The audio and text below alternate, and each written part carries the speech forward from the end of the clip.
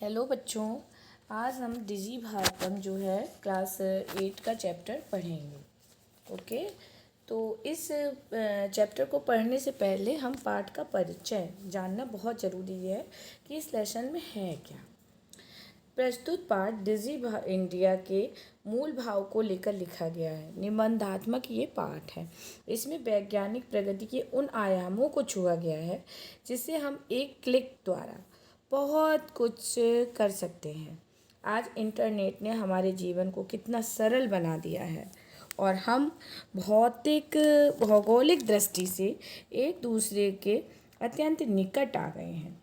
उसके जीवन के प्रत्येक क्रियाकलाप सुविधाजनक हो गए हैं। ऐसे ही भावों को यहाँ सरल संस्कृत में व्यक्त किया गया है। तो आइए आज देखते हैं क्या है इसमें। अद्य संपूर्ण विश्वे डिजिटल इंडिया इत्यस्य चर्चा श्रूयते। इसका मतलब हुआ कि आज सारे संसार में डिजिटल इंडिया की चर्चा सुनी जाती है। अस्य पदस्य का भाव इति मनसि जिज्ञासा उत्पद्यते। इस पद का, इस शब्द का डिजी इंडिया जो हम सुनते हैं, इसका क्या अर्थ है? यह भाव, यह विचार हमारे मन में आता है। काल परिवर्तनेन सह मानवस्य आवश्यकता अपि परिवर्तते। आवश्यकता अपि मीन्स होता है आपकी आवश्यकताएं भी किसके अनुसार? काल के परिवर्तन मतलब समय का जैसे जैसे परिवर्तन हुआ प्राचीन काल से अभी तक का, वैसे ही वैसे इस समय के परिवर्तन के साथ साथ मनुष्य की आवश्यकताएं भी बदली। कैसे बदली? कि प्राचीन काल में जो आदि मानव था, उनका रहन सहन आपको पता ही है, ना खाना, ना पीना, ना पहनना, उनका कोई काम सिस्टम से होता नहीं था। लेकिन समय के परिवर्तन के साथ मनुष्य की आवश्यकताएं परिवर्तित हुई। प्राचीन काले ज्ञानस्य आदान प्रदानम मौखिकम आसीत्। प्राचीन काल में हम सब जानते हैं कि गुरुकुल शिक्षा प्रणाली थी। वहाँ पर जो है अपने ज्ञान का आदान और प्रदान, लेना देना एक मौखिक प्रवृत्ति से होता था। गुरुकुल होते थे जिसमें गुरुजी सुबह से शाम तक अपनी चीज़ें बच्चों को कंठस्थ कराया करते थे। श्रुति परंपरा आपको आगे मिलेगा। बस इसका मीन्स यही हुआ कि हम लोग मौखिक परंपरा से पढ़ते थे। विद्या च श्रुति परंपराया गृहते इसमें, और विद्या ग्रहण करने की जो परंपरा थी वो श्रुति परंपरा, मतलब श्रुति मतलब सुनने से थी। सुनकर दूसरे को वो याद कराया। फिर और इस तरह से जो भी चीज़ें हैं प्राचीन काल में, वो श्रुति परंपरा से एक दूसरे के हाथों में गई थी। ग्रहणते मतलब ग्रहण करते थे लोग। अनंतरम तालपत्रो अपरि और भोजपत्रोपरि च लेखन कार्यम आरभ्यत। इसके पश्चात ताल के पत्तों पर, ताल का पत्ते मतलब ताड़ का वृक्ष बहुत लंबा सा होता है, बड़ा, और उसके पत्ते बहुत बड़े बड़े होते हैं। जैसे कि वो वृक्ष नहीं तो हमने केले का वृक्ष देखा है। केले के पत्ते बहुत बड़ा होता है ना केले का पत्ता, तो उस पर भी भोजन वोजन करते हैं बहुत से साउथ के लोग। तो उस पत्ते को प्रयोग करके उसके ऊपर लिखा जाता था लेखन कार्य, और भोज के पत्रे पर शुरू हुआ था प्रारंभ में। आरब्ध मतलब प्रारंभ हुआ था। काल परिवर्तन काले कर्गदस्य लेखन्या च आविष्कारेण सर्वेषामेव मनोगतानां भावानां कागदोपरि लेखनम प्रारब्धम्। इसके परिवर्तन के साथ ही जैसे जैसे समय परिवर्तित हुआ, तो उन पत्तों पर लेखन बहुत दिनों तक सुरक्षित नहीं रखा जा सकता था ना। और फिर समय के परिवर्तन के साथ ही साथ कागज का लेखन उत्पन्न हुआ, कागज उत्पन्न हुए, कागज का आविष्कार हुआ। और सर्वेषामेव मनोगतानां भावानां, और सभी के मन में स्थित आपके मनोभावों को कागज के ऊपर लिखना प्रारंभ किया। कागज के ऊपर भी लिखना, जो लेखनी से लिखा जाता था, वो अधिक समय तक सुरक्षित नहीं रह पाता था, क्योंकि जो स्याही से उसको लिखते थे वो पानी यानी गिरने से फैल जाती थी, तो वो सुरक्षित नहीं था। उससे भी सुरक्षित मनुष्य ने किसका आरंभ किया? टाइप की मशीन, टंकण यंत्र से। टाइप की मशीन का जो आविष्कार हुआ, उसमें लिखित सामग्री बहुकालाय सुरक्षिता अतिष्ठत, और बहुत लंबे समय तक सुरक्षित रह सकती है जो टाइप की हुई वस्तु थी। देखिए धीमे धीमे कहाँ श्रुति परंपरा थी, और श्रुति सुनने के पश्चात भोजपत्र और ताल के पत्तों पर बड़ा बड़ा लेख लिखते थे। फिर कागज का और लेखनी का आविष्कार हुआ। उससे बहुत दिनों तक उसको सुरक्षित नहीं रख सकते थे, और उससे भी मनुष्य ने एक टंकण की प्रणाली जो थी, टंकण मीन्स मैंने बताया आपको, वो जो टाइपिंग मशीन होती थी, पहले टाइपिंग मशीन थी कुछ समय पहले, अब तो हर चीज़ कंप्यूटराइज है, तो उसका आविष्कार हुआ। उससे भी थोड़े समय तक आप लिखित सामग्री को सुरक्षित रख सकते थे। इसके भी पश्चात कागज और कलम के आविष्कार से सभी के मन में स्थित जो चीज़ें थी वो लिखने लगे थे, तो टाइप की मशीन का आविष्कार हुआ, उससे चीज़ें सुरक्षित रहें। आगे है कि वैज्ञानिक प्रविधि प्रगति यात्रा पुनरपि अग्रेगता, और वैज्ञानिक प्रगति जो एक बार शुरू हुई मनुष्य की, तो और भी चीज़ें सरलीकरण, मतलब आपकी लाइफ में और सरलीकरण के अनुसार जो है वैज्ञानिक प्रवृत्ति और आगे बढ़ी इसी क्रम में। और आज क्या है, सर्वाणि कार्याणि संगणक नामक यंत्रेण साधितानि भवन्ति। आज सभी आपके काम जो हैं वो संगणक नामक यंत्र, संगणक मीन्स कंप्यूटर के माध्यम से साधितानि मतलब सिद्ध हो रहे हैं ना। सभी जगह पर हम कंप्यूटर देख रहे हैं कि हर कार्यालय में किसी भी दफ्तर में कंप्यूटर का बहुत ज़्यादा हो रहा है प्रयोग। समाचार पत्राणि, यहाँ तक कि लोग समाचार पत्रों को, पुस्तकों को भी कंप्यूटर के माध्यम से पढ़ और लिख रहे हैं। आपको पता ही है लोगों के पास समय नहीं है, ड्यूटी चल देते हैं, 2-3 घंटे का सफ़र है कुछ है, तो उनके पास एक चीज़ मोबाइल रहती है जिसमें वो समाचार पत्र वहीं पर तुरंत खबरें पढ़ लेते हैं, और पत्रिकाएं भी उसी में डाउनलोड कर रखी हैं, और पुस्तकें, ये सब कंप्यूटर कर रहा है।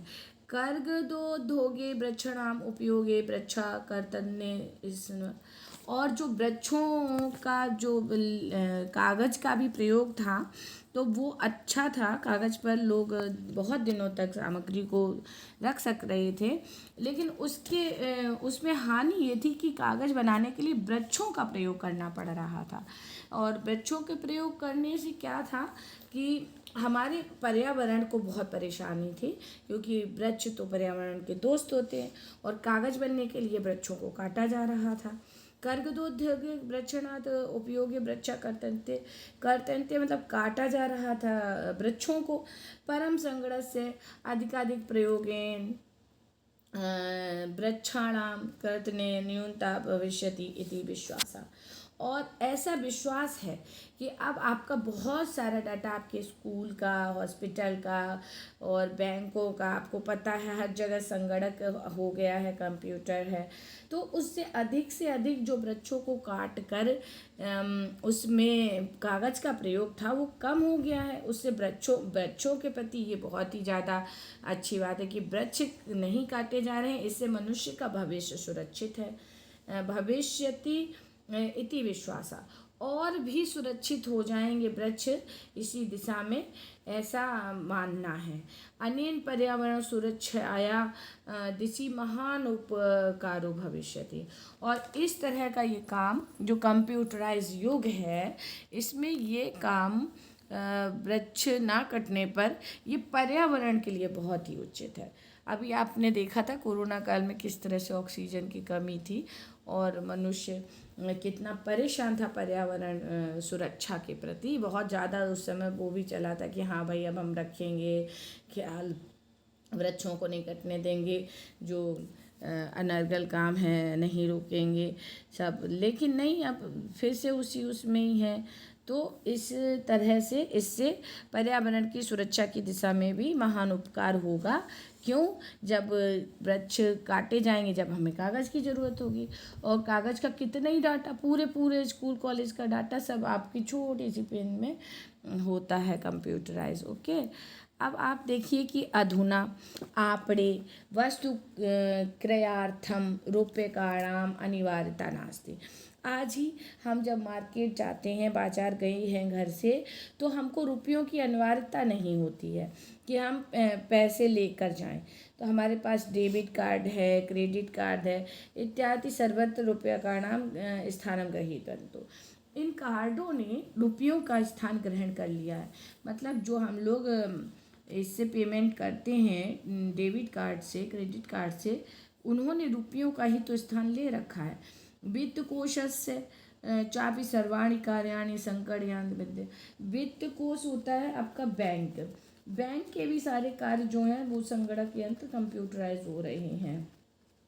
बहुविधा अनुप्रयोगा मुद्राहीनाय विनिमयाय सहायका सन्ति। और बहुविधा माने होता बहुत प्रकार के, अनुप्रयोगा प्रयोग, मुद्राहीनाय पैसों से रहित लेन देन के लिए सहायक हैं। बहुत सारे काम हैं जो पैसों से रहित हम किससे, कंप्यूटर से, डेबिट कार्ड से, सबसे कर सकते हैं। कुत्रापि यात्रा करनीया, जैसे कि कहीं भी अगर आपको यात्रा करनी है, रेल यान यात्रा अवश्य, रेल यात्रा करनी है, टिकट हवाई जहाज़ की है, वायुयान यात्रा हवाई जहाज़ की अनिवार्यता नास्ति। और इनकी अनिवार्य नहीं है कि आपको उसकी टिकट सुरक्षित रखनी हो, वो सब ईमेल के माध्यम से सुरक्षित होते हैं। और सर्वाणि पत्राणि अस्माकं दूरभाषयंत्र ईमेल इति स्थाने सुरक्षिता भवन्ति। ये सारी चीज़ें हम ईमेल पर सुरक्षित रख देते हैं। यानी संदर्श वयम सौकारेण यात्राया आनंदम गृहीमः। और अस्पताल, मैंने बोला कि हम आराम से यात्रा कर लेते हैं। अस्पताल में भी इलाज के लिए रुपयों की कोई ज़रूरत अनुभव नहीं करती। सब जगह कार्ड के द्वारा, ई बैंक के द्वारा शुल्क को दिया जा सकता है। चिकित्सा अपि उपचारार्थ इलाज के समय रुपयों की कोई आवश्यकता नहीं होती है। सर्वत्र कार्ड माध्यमेन, ई बैंक माध्यमेन शुल्कं प्रदातुं शक्तो। और हॉस्पिटल में अक्सर कोई परेशानी बता के नहीं आती, इंसान एकदम भागा भागा पहुँचे तो उसको रुपयों की अब आवश्यकता नहीं कि हम पहले रुपए इकट्ठे कर लें तब अपना दिखाएं इंसान। नहीं, बस आप जाइए, आपके कई तरह के वहाँ पर शुल्क जमा हो जाएंगे, ईमेल से, क्रेडिट कार्ड से, हर जगह। तो इसलिए इसको बोला है कि ये बहुत ही बढ़िया सुरक्षित है व्यवस्था। और तद दिनम नाति दूरम यदा वयम हस्ते एकमात्रम चल दूरभाष यंत्र आदाय सर्वाणि कार्याणि साधितुम सर्वथा भविष्यामः। और कहा है कि वह दिन अब दूर नहीं है जब सारे कार्य आप आराम से जेब में एक पैसा भी ना हो और बाहर जाके आपके सारे कार्य हो सकते हैं। आपकी जेब में पासबुक भी ना हो, चेक बुक भी ना हो, तो भी आपको कोई ज़रूरत नहीं पड़ेगी। और पढ़ने के लिए पुस्तकों, अखबारों की अनिवार्यता लगभग समाप्त हो जाएगी। लिखने के लिए अभ्यास पुस्तिका अथवा कागज़ की, नए ज्ञान की खोज के लिए शब्दकोश की भी आवश्यकता नहीं होगी। देखिए, हमारे समय में जब किसी शब्द का सही हमको मीन्स नहीं मिलता था तो हम लोग डिक्शनरी टाइप की चीज़ें चेक करते थे। पर बच्चे, आपको ये परिवर्तन दिख रहा होगा, आपके मम्मी पापा ने ज़रूरी डिक्शनरी देखी होगी जैसे मैंने देखी थी। पर अब हर बच्चा क्या करता, मम्मा ज़रा मोबाइल देना, सर्च करना है ना। तो ये क्या है, ये परिवर्तन हमें दिख रहा है। जो आपके मम्मी पापा को तकलीफ़ थी कि हम डिक्शनरी में ढूंढ रहे हैं अल्फ़ाबेट से, वो ऐसे देखने का एक तरीका होता है, शब्दों को ढूंढ रहे हैं 2-4 मिनट, आप तुरंत गूगल पर डाल देते हैं, टाइप किया और उस पे जाने कितने ही सोल्यूशन आ जाते हैं। सारा का सारा आपको चेक मिल जाता है चेक करने के लिए। तो ये सब क्या है, इसमें कहा पासबुक चेक इत्यादि आवश्यकता न भविष्यति, कोई आवश्यकता नहीं। पाठ्यनार्थ पढ़ने के लिए हमको कोई भी पुस्तक, किसी भी पुस्तक को आप पढ़ सकते हैं, समाचार पत्र को अनिवार्य रूप से देख सकते हैं, लेखन के लिए अभ्यास पुस्तिका है, और कागज़ और नूना ज्ञान, नए ज्ञान को आपको कोई चीज़ नई देखनी है, शब्दकोश की आवश्यकता नहीं है। किसी की भी, जैसे बच्चे हैं बाहर गए हैं और उनको घर से कुछ नहीं करके आना, कुछ नहीं करना है उनको, अगर एट लास्ट नींबू पानी भी बनाना है तो वो गूगल बताइए भाई नींबू में पानी मिला के कैसे गर्मी में पी लें, शिकंजी कैसे बना लें, सब कुछ आ जाता है, वो बताते हैं आराम से गूगल पे। या किसी भी स्पेलिंग पे लटक गए, कुछ भी है, आपको ये इसी टॉपिक का ही आपको अर्थ नहीं आ रहा है तो आप गूगल के पास जाएंगे तो जिन जिन टीचरों ने पढ़ाया होगा आपके पास वो सारा आ जाता है डाटा। तो आप उसके साथ ही पढ़ रहे हैं ना, इस समय भी आप जो यूज़ कर रहे हैं और पढ़ रहे हैं, मुझे सुन रहे हैं, मैं अपने घर से एक वीडियो बना के आपको अपलोड कर दिया है और आप उसको सुन रहे हैं, ये सब क्या है? यही डिजिटल इंडिया है। आप डिजी इंडिया के विषय में बहुत कुछ लिख सकते हैं, बहुत अच्छे से लिख सकते हैं, है ना, क्योंकि अब तो बिना मोबाइल के हमारी सुबह ही नहीं होती। अगर डेट भी देखनी है तो हम लोग अब कैलेंडर नहीं देखेंगे, मोबाइल में देखें क्या डेट हो गई, टाइम की घड़ियाँ बंद हो गई हैं, देखें टाइम, अच्छा हाँ मोबाइल है, पर देखिए टाइम कितना हो गया है। ये चीज़ तो मैंने अभी सडनली जो पेपर दिया है एनटीए का, उसी में था। हम लोग को एक दिन मोबाइल नहीं अलाउ था तो लगा जैसे लाइफ ही नहीं है, मोबाइल नहीं है, मोबाइल नहीं है, कितनी बार ही दिमाग में आ जाता है। यही है डिजी इंडिया, है ना। तो अब आपको क्या करना, अपरिचित मार्ग से ज्ञानार्थ, आप कहीं भी जा रहे हो, अपरिचित जगह पर चले जाइए, बताइए आप चाहे कहीं भी ऑल इंडिया में आप घूम के आएंगे, वहाँ पर मार्गदर्शक के रूप में आपको क्या है, मैप की आवश्यकता नहीं है। बहुत पहले मूवियों में कहीं आपने देखा होगा मैप लेके लोग चलते थे कि हमको किधर जाना है। उसके बाद आज सिर्फ एक फ़ोन हमारे हाथ में है और हम किसी भी जगह पे जाना चाहते हैं, वहाँ पे सर्च देते हैं तो गूगल हमको वहाँ ले जाता है। हालांकि इसमें थोड़ा सा गूगल बदमाशी भी कर देते हैं, गलियों वलियों में घुसा देते हैं और बहुत वहाँ पे लौटने की भी कोई वो नहीं बना होता, तो ऐसी केस हो जाते हैं। लेकिन अब तारीफ़ ही करनी है डिजिटल इंडिया, तो हम लिखेंगे कि वो हमारा ज्ञान बढ़ाता है, मार्गश ज्ञानार्थक है, मार्ग का ज्ञान देते हैं गूगल बाबा, और मार्गदर्शक हैं, मानचित्र इनसे देख लीजिए आप, ऐसी बढ़िया सी अनुभूति होती है।